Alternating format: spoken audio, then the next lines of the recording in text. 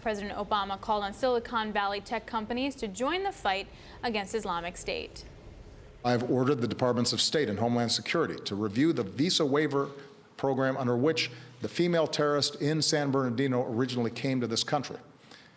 And that's why I will urge high-tech and law enforcement leaders to make it harder for terrorists to use technology to escape from justice.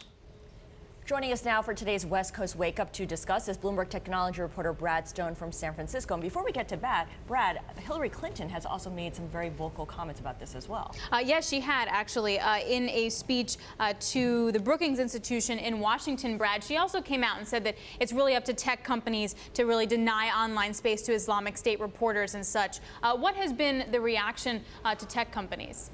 Well, they haven't said much so far, but you can kind of predict what they will say.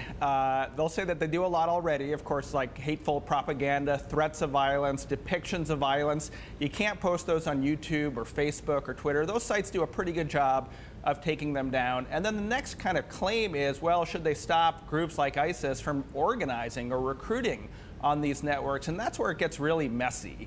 You can't, they'll argue that you can't put them in the position of going through millions or even billions of posts, every day, every week, and adjudicating what constitutes this kind of extremism. They'll say it's too difficult.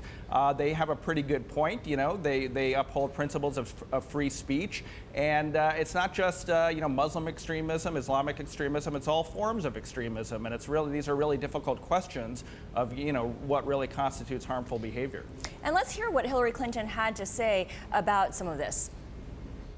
We're going to need help from Facebook and from YouTube and from Twitter. They cannot permit the recruitment and the actual direction of attacks or the celebration of violence by this sophisticated internet user. They're going to have to help us take down these announcements and these appeals as quickly as they get up. Talk about the level of involvement by the Twitters, the Facebooks of the world right now, and to what extent the government should be involved to screen public messages.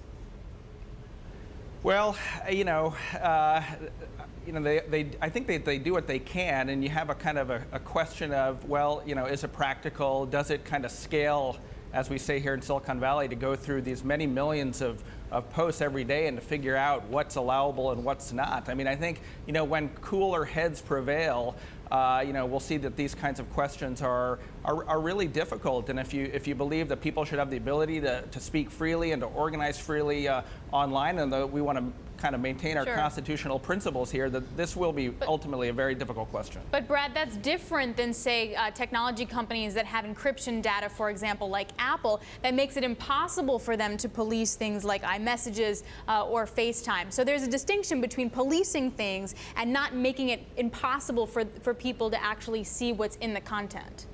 Right. Well, on the question of encryption, which we've been debating for 20 years, what scientists say is that if you weaken encryption, you really open up that back door for all kinds of criminal activity. And the tech industry has been fairly aligned and pretty vigorous in arguing that they do not want to weaken encryption. The Obama administration has sided with them, and we'll see if the pressure increases.